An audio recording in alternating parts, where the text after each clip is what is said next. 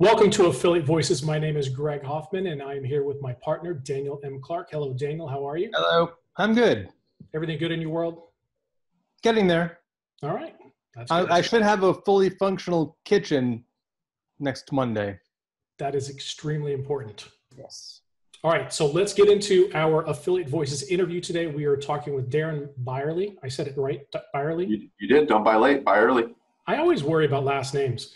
Darren is with Upsellit. And Darren, I'm going to let you tell us who are you and what do you do? Cool. I'm the Vice President of Business Development at Upsellit. So I have two main functions over here. I oversee our client success team and hundreds of clients that we have, helping to optimize our campaigns and try to really help them grow as incrementally as possible.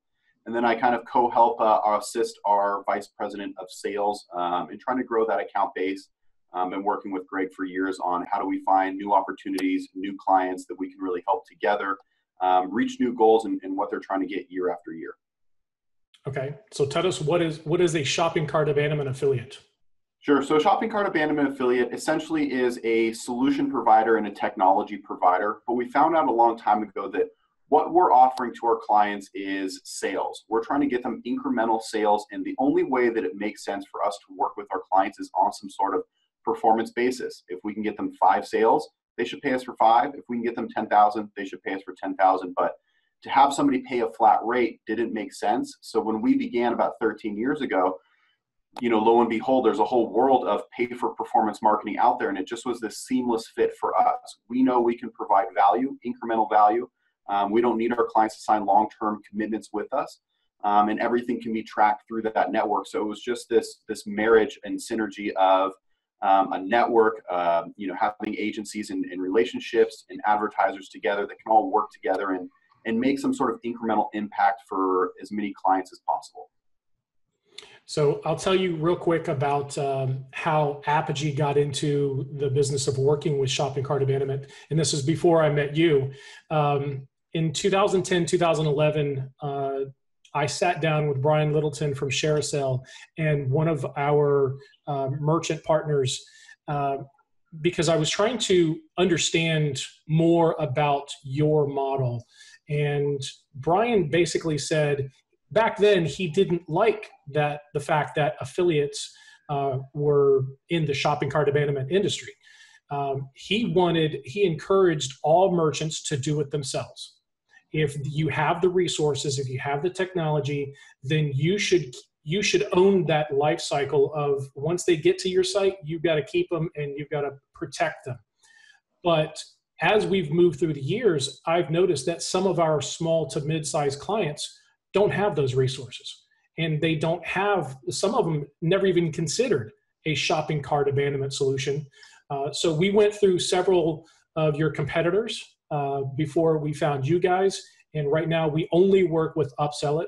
We love your technology.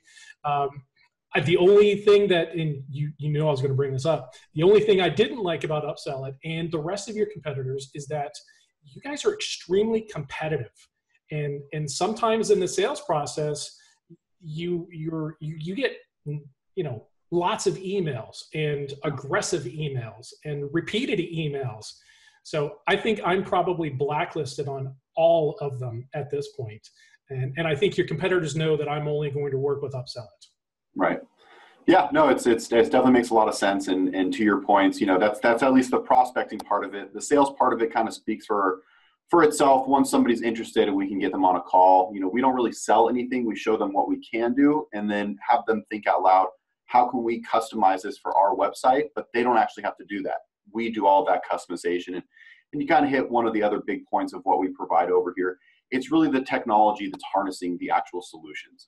There's a lot of plug and play types of solutions out there, but having a modal that engages a user just because they broke the URL pane, very specific point, but that doesn't mean the user's leaving the site. And so what we've started to notice is there's people that are just going back on the site and an abandonment solution is engaging that user. And it starts to mess with somebody's attribution. It starts to take credit for sales that they shouldn't be. It starts offering out incentives and hurting top line revenue. So ensuring that you're working with somebody that has the right technology in place is really the most important thing. There's a lot of companies that can make nice graphics, but are they engaging the users that are truly leaving, which is the only way to create an incremental impact. And I know it was one of your big fears when we first started working together, Greg, was how do I know you're not stealing sales from me, from SEO, from any other traffic provider? And that's where I go and in every single demo want to show all anybody that wants this type of a solution, have that competitor show you how they actually launch. If all it takes is breaking the URL, that's not abandonment. That person can be going to another tab and coming back, going backwards on the site. They could simply be waking up their computer. So you need to ensure that to get an incremental lift, you have a solution that's engaging users appropriately, and you're not kind of getting caught up with just pretty graphics at the end. And that's why we work with you guys. Yeah. So going back to you personally, what was your first introduction to the affiliate marketing industry? This was it. I came from a call center before. The whole, this call may be recorded for quality and assurance purposes over at CallSource.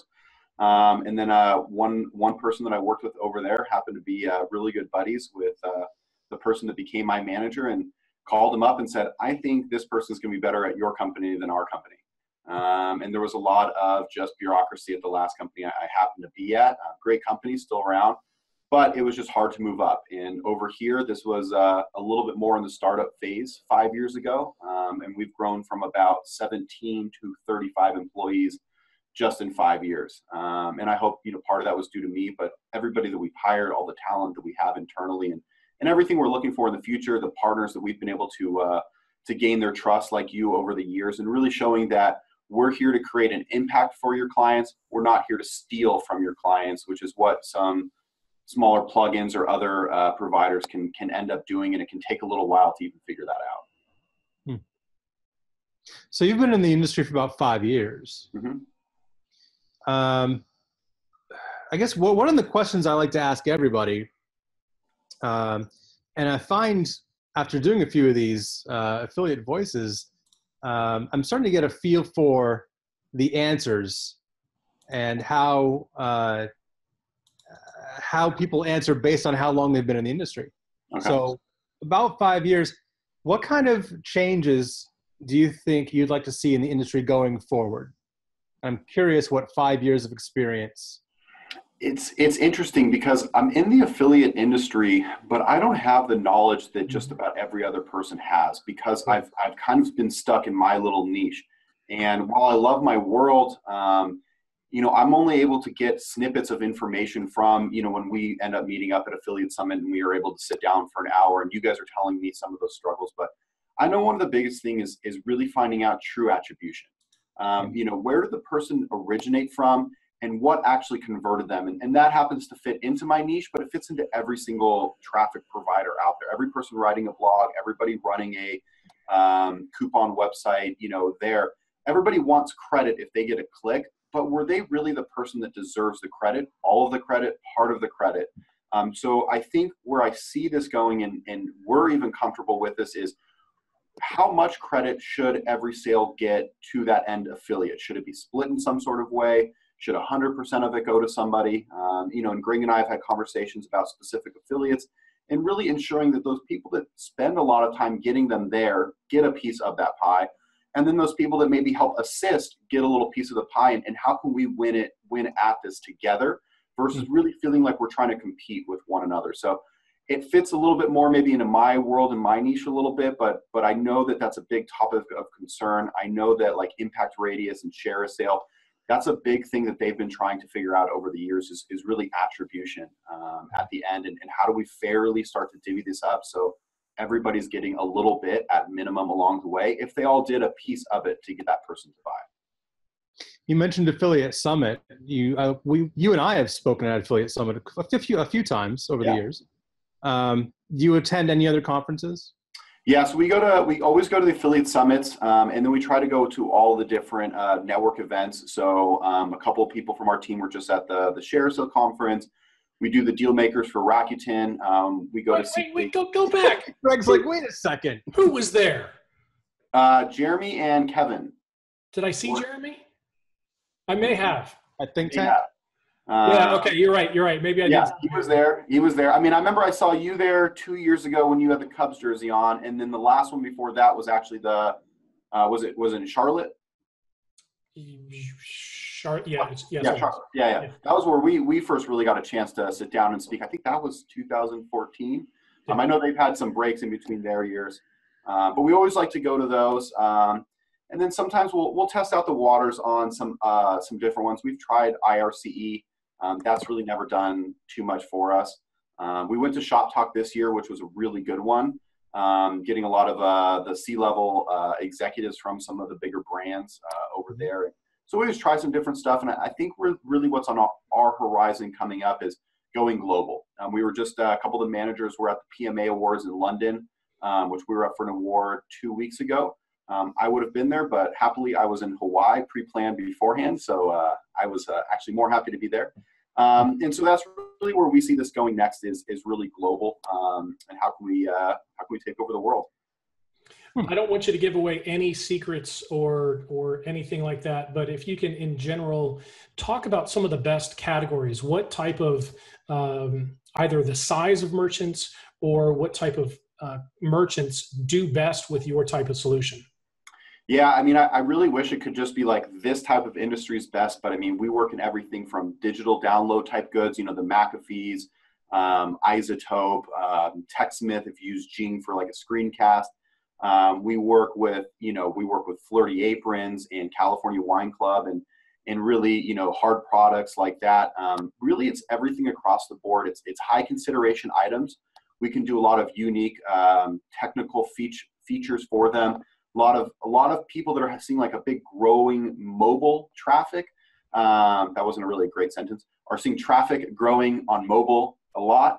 Especially big ticket items, we can do a cross-device cart rebuilder. So somebody may be adding products or a few products on a mobile device. It could even be something like a Kay or Jared jewelry that we work with, where maybe they're building out this unique item or this unique basket of items on their mobile, but they're noticing maybe not a lot of people are taking action and converting there. They're coming back. Whether they want to make that decision on their desktop later, and we can rebuild those users' carts for them. But really, it's every vertical. We even do well in lead gen. Anything from people signing up for like an ADT security system to business point of sale system. So essentially, anybody looking to convert traffic online, we can find a way to help them do so. But definitely, e-commerce is our bread and butter at the end. That's really where we have a lot more opportunity. But we can leverage our technology and a lot more ideas and messaging. One big play we're leveraging right now is people that are doing in-house financing. For more expensive products, rather than showing a discount every time, what if we tell those people, did you know that you can finance this in-house? And then it's really a win-win for everybody that's involved there. You don't have to give away any top-line revenue. You're getting people to go through this new vehicle that you're trying to push to get in-house financing, and we're helping saving sales at the end. So let's go back a couple minutes and let's talk about attribution real quick, because you and I have had some good conversations. Sure. This is not a trick question, and I'm pretty sure I know who the answer is. Who was the first manager to ever split your commission? It was you. That's right. Have you seen any more of that? Are other managers moving toward that type of attribution? I wouldn't say that it's just happening across the board, but I would say we definitely get some one-off scenarios. And, people talking about reducing commission, that's a conversation. But people talking about doing some sort of split attribution, that's not a difficult conversation to have with us. If somebody else helps drive the person there and they're having a concern about that, let's discuss it. There's a lot of ways to kind of go about doing so. But that's something that we greatly understand over here. And we'd rather be able to help with that traffic and get some of that for the client, for ourselves, for the agency, versus going, no way, hands off, we don't even want to split anything. We're just limiting ourselves when we say something like that. So you were definitely one of the first to bring it up and bring it to life with clients. And the pushback on our side is never really going to be there because we understand the value in doing so. And we see the value in having you as a partner, but you are at the end of the funnel. Mm-hmm. So, that's one of those, that's the conversation we have to have every once in a while is you're not the influencing affiliate. So, and we have that in our affiliate agreement for all of our programs. Yeah. At some point, shopping cart abandonment could be impacted with commission splitting. Absolutely. And it makes sense. And you know what, there's so many people that are concerned about it out there, but when this particular affiliate, and rightfully so, is concerned about it, they are only a piece of the whole pie of traffic going to that website. So splitting a affiliate commission with a few or even all affiliates is not really a large concern for us, because one of the advantages we have is we want to engage with everybody that's leaving the site when they actually leave the site. So we are helping from the other traffic sources as well. So we split a little over here, but we get it all over here. It all works out. And if we can keep those affiliates happy and driving traffic to your website or the advertiser's website versus switching websites, and now we have to go sell to that other advertiser, it's in our best interest to go about it and split it with them and keep them happy and keep everybody happy. That sounds great. Daniel, do you have anything else? I just noticed the on-air sign is lit up behind you. Yeah, you remember to turn it on this time. I did. I know. Thank you for noticing. It's a full radio booth that you have over there, even a typewriter. I don't tell me you're sending me emails on that typewriter. He does. He types them out and then scans them and then emails you. Okay. I will send you a PDF. You watch out. I will. Darren, thank you very much for joining us on Affiliate Voices. Great, Daniel. I appreciate all the time. Thank you. All right, guys. Chat soon. You've been watching Affiliate Voices with Greg Hoffman and Daniel M. Clark. Please click subscribe and watch more of our videos from Apogee.